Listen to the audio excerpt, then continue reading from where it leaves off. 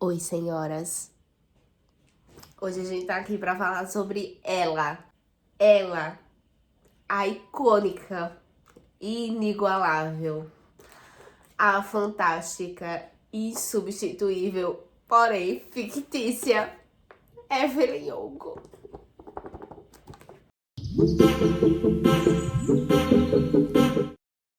Quem viu os últimos vídeos aqui no canal ficou sabendo que a minha leitura estava sendo Evelyn Hugo. Eu comprei o livro físico em uma livraria, já estava há um tempinho querendo ler esse livro, mas adiando, coloquei ele no meu carrinho da Amazon, mas não finalizei a compra. E aí, um belo dia eu tava passeando pela livraria, atrás de alguma coisinha para comprar e pensei, bom, por que não agora? Comprei e eis que devorei este livro. Eu não ousaria dizer que esse livro foi o melhor livro que eu li este ano, mas foi um livro muito bom. Eu adorei. No final do ano eu vou tentar fazer um balanço e a gente vê em qual colocação Os Sete Maridos de Evelyn Hugo ficou. Mas eu amei a história. Como vocês sabem, eu sou uma pessoa defensora dos spoilers, porque eu sempre falo aqui que mais importante do que o que é dito é como é dito. Então pode ser que esse vídeo traga aí algumas informações que algumas pessoas considerem como spoiler. Então vocês têm duas opções: ou assistir e depois fingir que não sabia de nada, ou assistir e entender que o que mais vale realmente é como isso está descrito no livro e a emoção que isso vai proporcionar para você. Não é uma opção não assistir, porque eu preciso que a gente converse sobre esse livro. Eu peguei esse livro, na verdade, para ler sem saber absolutamente nada da história. Mentira, eu sabia algumas informações basilares. Mas o meu conhecimento sobre Os Sete Maridos de Evelyn Hugo antes de ler o livro era quase zero. O pouco que eu sabia é que ele estava sendo muitíssimo comentado nas redes sociais, mas eu não sabia muito sobre o enredo da história. Sabia que se tratava de uma protagonista que era uma estrela de Hollywood e só. Eu lembro que houve um TikTok que eu vi que tinha uma chamadinha assim: Os Sete Maridos de Evelyn Hugo não é sobre os Sete Maridos de Evelyn Hugo. Isso já me deu um estalo de que a pegada da narrativa poderia ser mais voltada para a Evelyn, o que eu já desconfiava, mas com esse TikTok instalou pra eu querer ler logo, querer ler mais rápido. Porque esse livro ele já foi lançado há um tempo, né? Não é nenhuma novidade. Eu não tinha assistido nenhum vídeo resenhando ou falando mais profundamente sobre esse livro, mas eu desconfiava que ele tivesse mais esse viés voltado para a Evelyn. E aí, quando eu assisti esse TikTok com essa chamadinha, eu fiquei, então realmente eu quero ler esse livro. E aí, foi quando eu coloquei ele no carrinho, ainda posterguei um pouquinho, depois comprei. Mas assim, foi uma leitura absolutamente fluida. Eu li muito rápido. Foi um livro que eu queria continuar lendo e deixar todos os meus compromissos, afazeres e obrigações de lado pra terminar, porque eu queria saber logo que fim que ia ter essa história. Porque o começo a gente já sabe. A gente já sabe que Os Sete Maridos de Evelyn Hugo é sobre uma atriz super famosa de Hollywood que se casou com 7 caras diferentes, que a vida vivia sendo estampada em páginas e mais páginas de tabloides e revistas de fofoca. Isso a gente já sabe. Mas aí, quando eu comecei a ler, eu fiquei me perguntando como é que isso tudo vai ser amarrado no final. Ok, vamos aos pontos. Evelyn Hugo, como nós já sabemos, era uma atriz super famosa de Hollywood. E aí ela está no fim de sua vida. Está já na terceira idade. E aí ela convida uma jornalista que não é famosa ainda, que está dando os primeiros passos na carreira, para entrevistá-la. Essa jornalista, ela trabalha em uma revista já conhecida, mas ela ainda não conseguiu escrever grandes matérias nessa revista, tá aí dando os primeiros passos. E a Evelyn Hugo entra em contato com a revista para dizer que quer conceder uma entrevista e é categórica ao afirmar que quer ser entrevistada por Monique, que é essa moça de 30 anos que tá aí dando seus primeiros passos para uma possível carreira promissora no jornalismo. A chefe dela fica meio encucada, dizendo, mas o que é que essa menina fez para ser citada nominalmente pela Evelyn Hugo?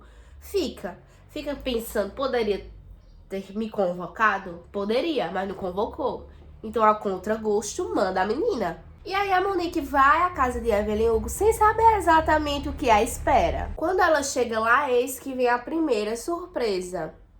A Evelyn não quer dar uma entrevista, ela quer que a Monique escreva uma biografia sobre ela. E aí eu fiquei um tempão esperando uma explicação plausível para justificar a escolha da Evelyn em selecionar especificamente a Monique. Só que, da mesma forma que essa resposta não vem para a Monique, ela também não vem para o leitor, e a gente tem que esperar a bonita da Evelyn que dizer quando ela quer, que ela é assim. E aí a Evelyn começa a descrever toda a trajetória de vida dela para que a Monique consiga posteriormente fazer esse livro, escrever esse livro, que, no acordo delas, será publicado quando a Evelyn morrer.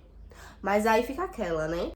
A Evelyn pode morrer amanhã sem terminar de contar a história, ou pode morrer daqui a 20 anos, e a menina vai ter que passar 20 anos esperando para poder publicar esse livro. Mas tudo bem, vamos seguir o baile. E aí os capítulos no livro, eles são intercalados com a narrativa da Evelyn, contando em primeira pessoa essas memórias, e os capítulos trazendo a perspectiva da Monique, que é uma jornalista que passou recentemente por um divórcio, que tá aí dando alguns passos incertos na carreira de jornalismo, que é algo que ela quer muito, ela é ambiciosa, porém ela fica um pouco comedida, tentando conciliar a carreira profissional com a vida pessoal, e o final desse casamento abala ela um pouco, deixa ela sem saber qual é o próximo passo. E aí a gente tem essas duas perspectivas. Ponto. A visão e os capítulos que são em primeira pessoa com a Evelyn contando a história dela são mais interessantes? São mais interessantes. Mas os capítulos que trazem a perspectiva da Monique são necessários para amarrar tudo isso no final. Eu vi algumas pessoas comentando, era um saco ter que sair do capítulo em que a Evelyn estava contando toda a trajetória dela e chegar no capítulo da Monique. Eu esqueci absolutamente que havia ali uma jornalista, só lembrava quando chegava no capítulo dela. Era totalmente desnecessário para a narrativa. Eu particularmente não acho que seja desnecessário para a narrativa. Até porque a gente se coloca exatamente com a mesma sensação e no mesmo lugar que a Monique. Quando a Evelyn começa a falar sobre a vida dela, a gente mergulha nas memórias dela, tal qual a Monique fazia nos dias em que ela ia à casa da Evelyn. E ela deixa isso claro em vários pontos do livro, onde ela diz que consegue ignorar o celular tocando, mensagem chegando, e-mail chegando, todo o turbilhão que estava acontecendo na vida pessoal dela, porque ela chegava na casa da Evelyn, sentava e a Evelyn metia o pau a contar as memórias, e ela conseguia se abstrair de todo o resto.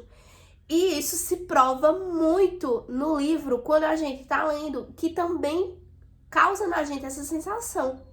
Isso mostra que a escrita, ela veio e ela conseguiu cumprir com esse propósito, que é provocar na gente a mesma sensação que a Monique estava tendo. De esquecer todo o resto e focar tanto na perspectiva e na narrativa da Evelyn, que o restante, quando a gente sai, fica, mesmo menina, tem uma jornalista aqui acompanhando a história dela. Ao meu ver, não são pontos desnecessários na narrativa, pelo contrário. E aí é a partir do gancho de cada um dos maridos que a Evelyn começa a contar as fases da vida dela. É interessante no início do livro, quando ela tá falando dos primeiros casamentos, e aí abrimos aqui um parênteses. Esse livro, ele traz violência doméstica, ele traz violência psicológica, e é importante que as pessoas estejam atentas a isso. E, mais uma vez, eu repito, o que eu vou falar muito provavelmente vai ter spoiler. Então, amor, se prepara. Se prepara! No início do livro é muito interessante como a Evelyn, ao mesmo tempo tão jovem, né, na época, no início da carreira dela, ela consegue ser muito sagaz. Eu fiz algumas anotações à medida que eu ia lendo, porque foram sensações e percepções que eu fui tendo dessa personagem que eu queria dividir com vocês. No início, quando ela casa com o primeiro marido para sair lá do interior onde ela vivia, passa aí por algumas situações no início da carreira, já caminhando para o segundo casamento, ela se mostra muito como uma mulher forte.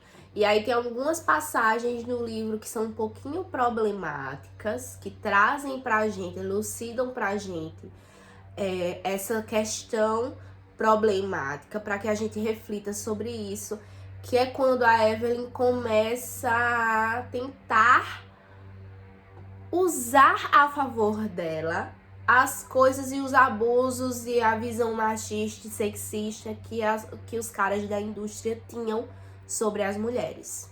A Evelyn, desde jovem, ela é uma mulher forte. E ela sempre foi muito sagaz, muito esperta.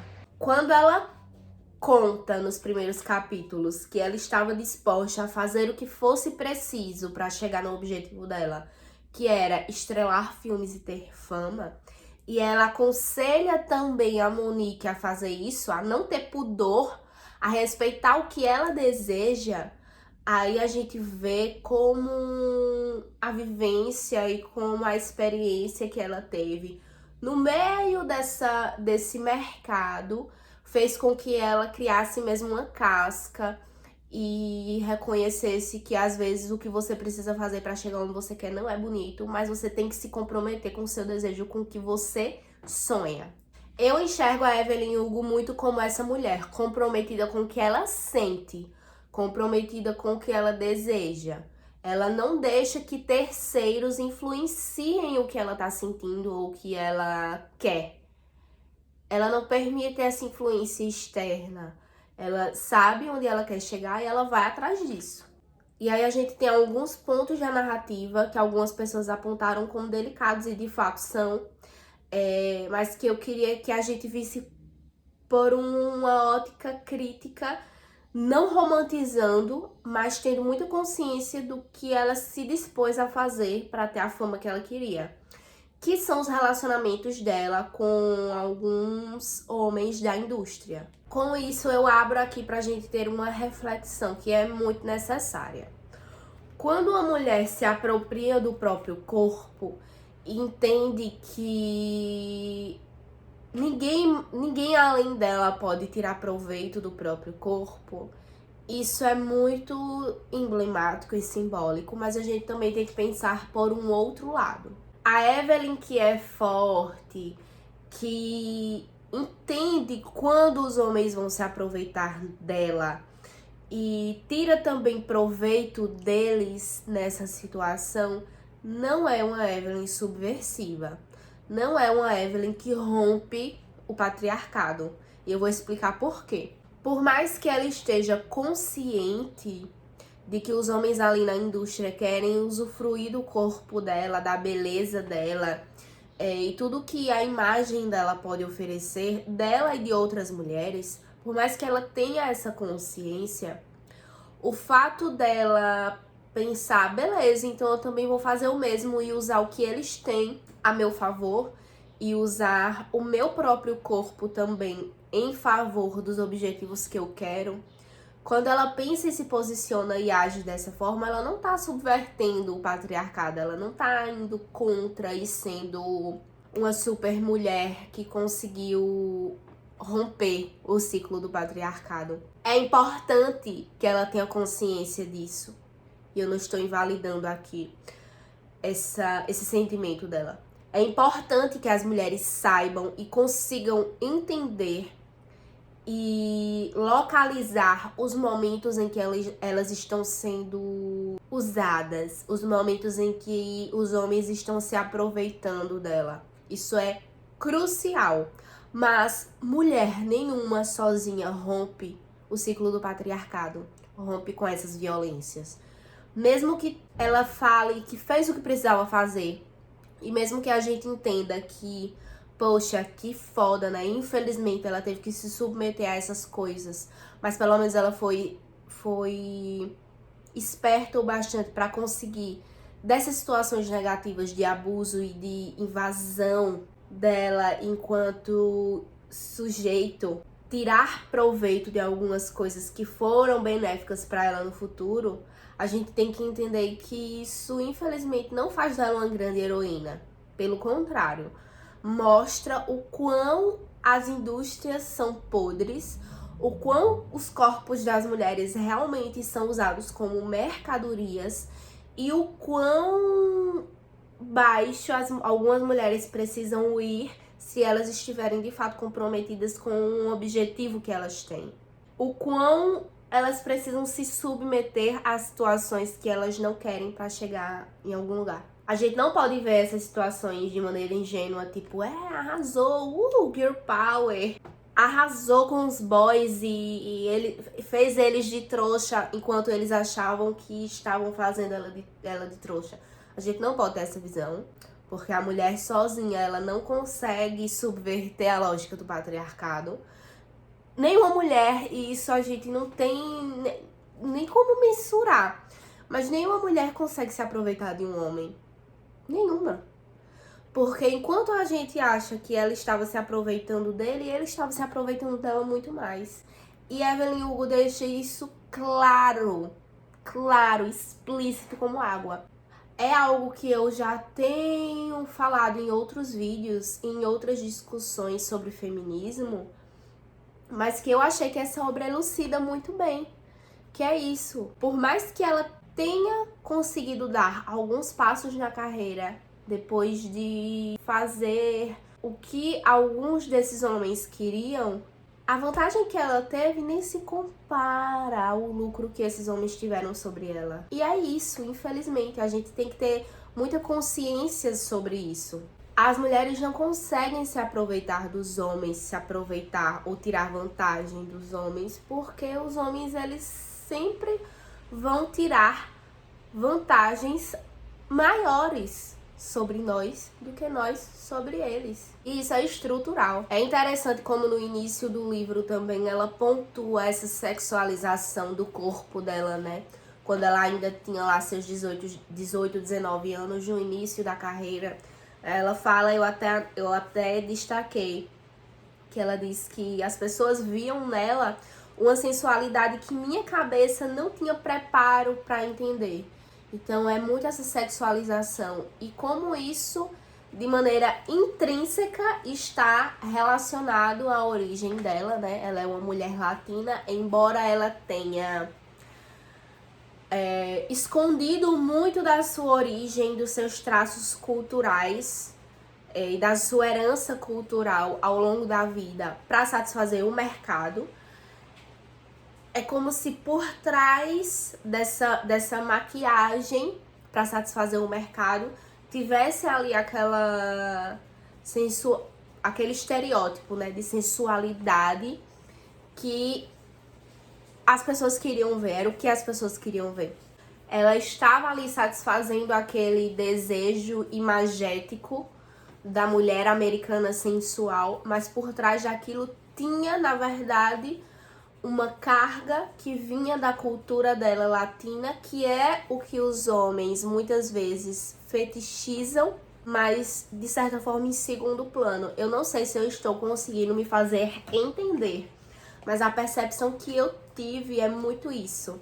Vamos maquiar a origem dela para não dar pinta de primeira que ela é uma mulher latina. Mas é exatamente isso, esse estereótipo de mulher latina que a gente quer que as pessoas vejam em segundo plano. Essa sensualidade, essa beleza, enfim. Eu tive muito essa sensação de que ela também inconscientemente estava fazendo isso, infelizmente, pela influência que ela tinha do que era o desejo que a indústria visse dela. Outra passagem que eu achei muito fantástica é quando ela diz: ser desejada significava a obrigação de satisfazer os outros.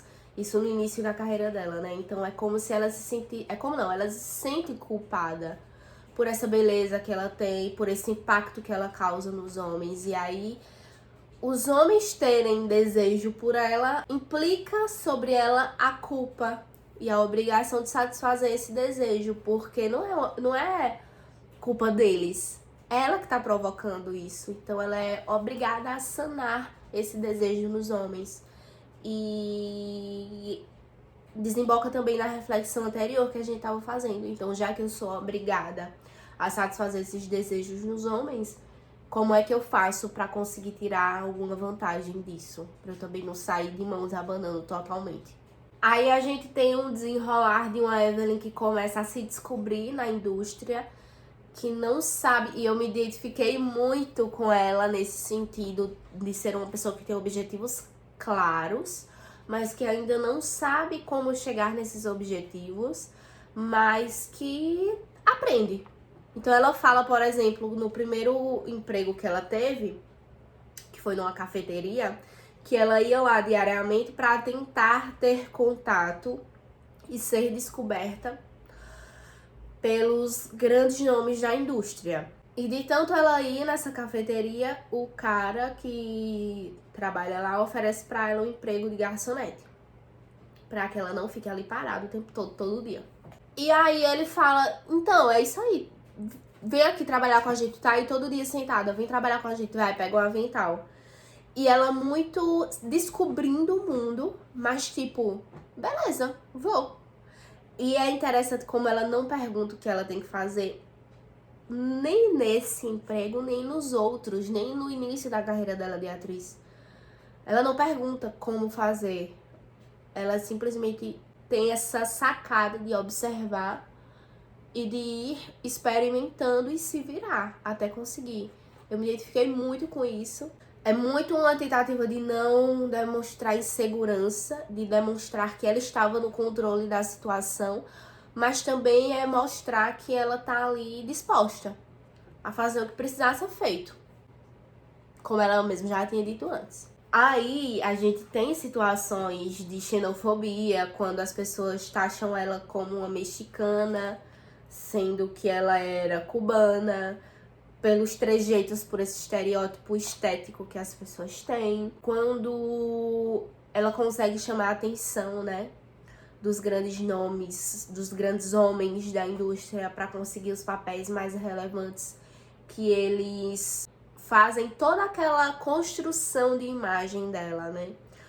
Fazem ensaios de foto com ela abrindo presente de Natal para dizer que ela tinha uma vida que não era a vida que ela teve antes da fama.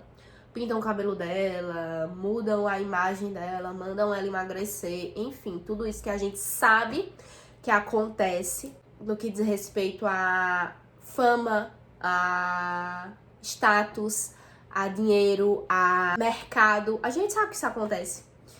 E ao longo dessa transformação, desse ajuste de imagem dela, ela fala algo que eu achei fantástico, que é esse lance de quererem dela o melhor dos dois mundos. E aí ela cita, né, que queriam que ela parecesse inofensiva. E mesmo ela sabendo que não era inofensiva, porque ela sabia exatamente o que ela queria e onde ela ia chegar e o que ela estava disposta a fazer por isso, ela se permite se diminuir para caber nessa imagem de inofensiva, porque ela sabia que era isso que as pessoas queriam ver.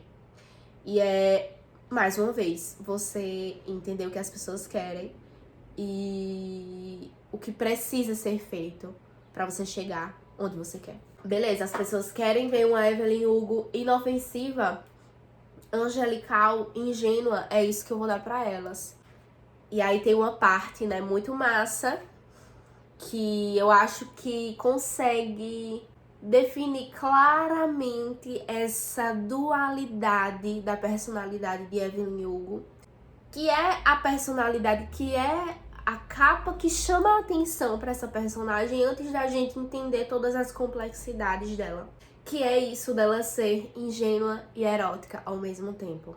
E que a gente vê se repetindo esse recurso dessa dualidade dela se repete muitas vezes ao longo do livro, porque isso era explorado pela indústria para lucrar em cima da imagem dela. Então, ao mesmo tempo que ela era uma figura linda e carismática e instigante, ela era a que tinha um decote que mostrava só o suficiente. Era aquela que tinha uma imagem emblemática, mas ao mesmo tempo que se despia disso e mostrava os seios, que era o que todo mundo queria ver no cinema, mas não mostrava de maneira explícita, porque tinha aquele corte estratégico na cena.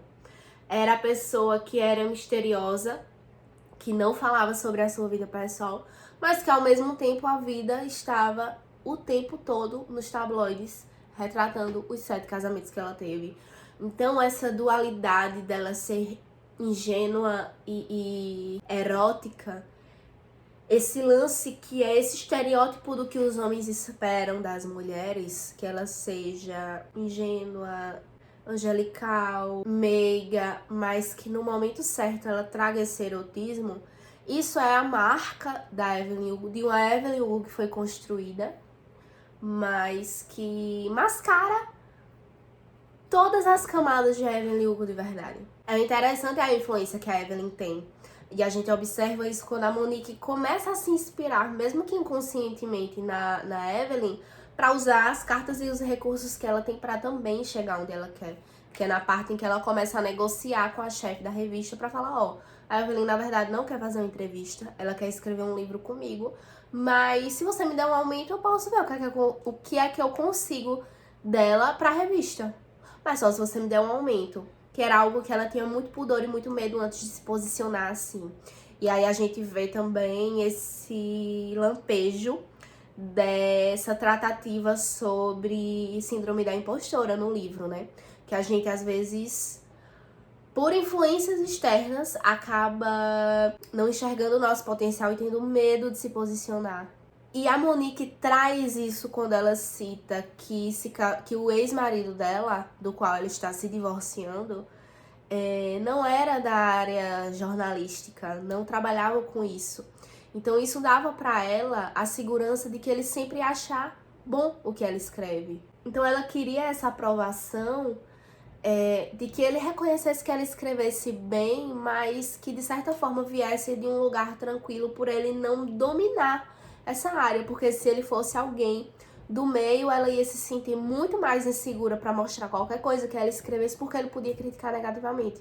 E a gente sabe que é isso que acontece, a gente se empoda muito, e a síndrome da impostora, ela afeta todas as mulheres. A gente tem muito medo de se posicionar, mesmo estando certas, mesmo sabendo sobre o que a gente tá falando, porque parece que um homem, quando fala, mesmo sem ter propriedade alguma, ele vai ter, e ele geralmente tem, mais voz do que a gente.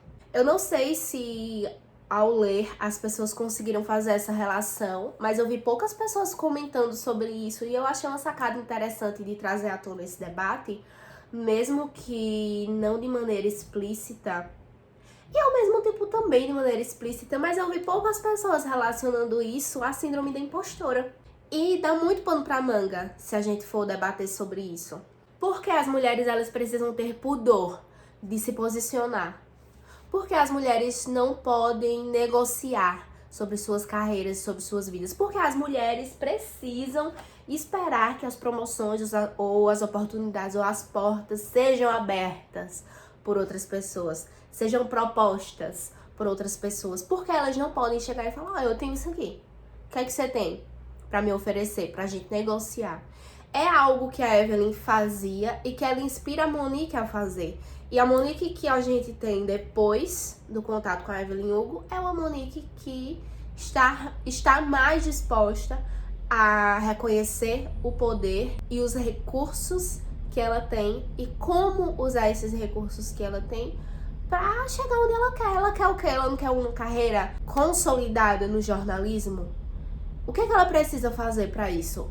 dar duro, trabalhar e esperar o reconhecimento das outras pessoas? Sim, também. Mas além disso, ela pode se posicionar em algum momento e fazer com que as pessoas admitam que o trabalho dela está sendo bem feito, ao invés de ficar esperando para todo sempre que as pessoas façam isso de bom grado, também. Mas para isso ela precisa ter posicionamento.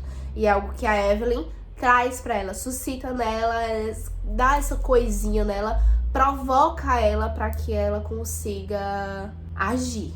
Não vou nem citar o fato da Evelyn Hugo passar a vida inteira indo e voltando nesse relacionamento com o grande amor da vida dela. Cara, enquanto o mundo tava comprando revista sobre os casamentos dela, ela tava passando por tanta treta. E mais uma vez, teve violência doméstica, teve violência psicológica, teve relacionamento abusivo de todos os jeitos e tipos. Tem o Cameron, que é o melhor amigo dela. Nossa, de longe o relacionamento, tirando o relacionamento amoroso dela, de longe o Cameron é o relacionamento mais profundo que a Evelyn tem, mas a gente se pega muito pensando nisso, né? Hoje, se hoje é difícil para que pessoas LGBTQIA+ consigam se posicionar e terem seus direitos básicos garantidos e poderem sair na rua de mãos dadas com as pessoas que amam, imagina há décadas atrás, como é relatado no livro. Quantos relacionamentos a Evelyn precisou se obrigar a estar para mascarar a verdadeira relação que ela queria viver, que era com a Célia. Outra problemática também que eu achei fantástica é sobre a bissexualidade, né? Que tanto na juventude, com a própria Célia e com outras pessoas, mas também depois, mais madura, quando ela tá relatando a história dela pra a Monique, há essa invalidação do bissexual. Ah, então eu me apaixonei por uma mulher. Ah, então você quer ser retratada como lésbica? Mas eu não sou lésbica. E também com outras pessoas, inclusive a Célia, né? Na juventude, quando a Célia tem, enfim, seus acessos de ciúme. E a Evelyn precisa se posicionar e falar, olha só, você é lésbica, ok, mas eu sou bissexual. Eu estou com você, você é o amor da minha vida, mas eu também me apaixonei por homens. E interessante a Evelyn ter, desde os anos 50, essa clareza, porque ela podia simplesmente ter pensado, é verdade, então eu amo apenas mulheres. Mas não, ela teve muito a clareza de perceber que ela era bissexual em uma época em que ainda não se falava de bissexualidade, né? A pauta maior era homossexualidade na época e com repulsa, mas desde os anos 50 ela ter essa percepção e se posicionar.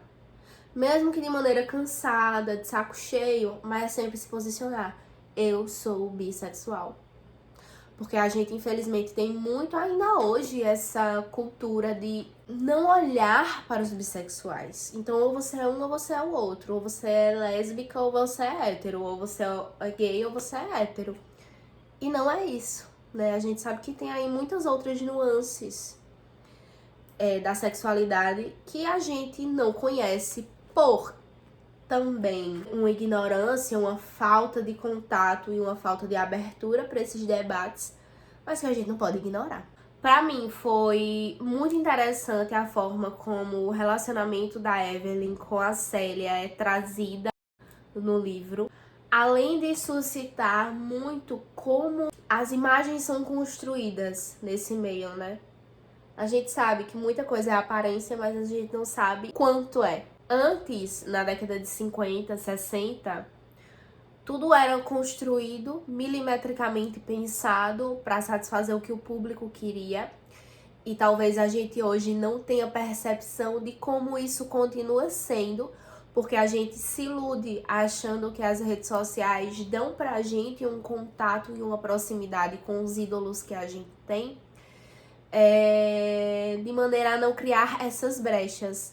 Mas, na verdade, a gente tem que ter essa percepção de que é mostrado pra gente o que as pessoas querem e não a totalidade e não a realidade. Enquanto as revistas estavam vendendo milhões de exemplares falando sobre os 7 maridos de Evelyn Hugo, a vida dela passava por problemáticas que eram muito mais profundas do que isso. E a gente consegue ter uma dimensão de como esse mercado maquia e de como o público ele vê só uma pontinha, só o que eles querem que o público veja. Isso se arrasta até hoje, sem sombra de dúvidas. Os 7 Maridos de Evelyn Hugo foi um livro fantástico. Eu amei ler. É um livro que traz pautas para muitos debates, para muitas conversas. Aqui foram só algumas reflexões, algumas associações livres que eu tive ao lembrar de alguns pontos que para mim foram interessantíssimos nessa leitura. Eu destaquei várias coisas, porque à medida que eu ia lendo, eu falava, poxa, isso aqui dá pra falar sobre tal coisa, nossa, isso aqui se relaciona totalmente com tal tema. E assim, se a gente for destrinchar, a gente vai passar dias usando a Evelyn Hugo como base, como gancho para muitos debates interessantes. É um livro muito bom, de leitura super fluida. Coloque aqui nos comentários o que vocês acharam desse livro. Quais problemáticas e quais reflexões vocês fizeram e que vocês querem compartilhar comigo. Talvez eu lembre de mais alguma coisa que pra mim também foi relevante, que eu achei interessante no livro, e coloque aqui nos comentários pra que a gente converse um pouco mais. É isso, gente. Quem não leu, espero que leia, e se você já leu, coloca aqui nos comentários as suas considerações pra gente conversar um pouquinho sobre. Um beijo e até o nosso próximo vídeo.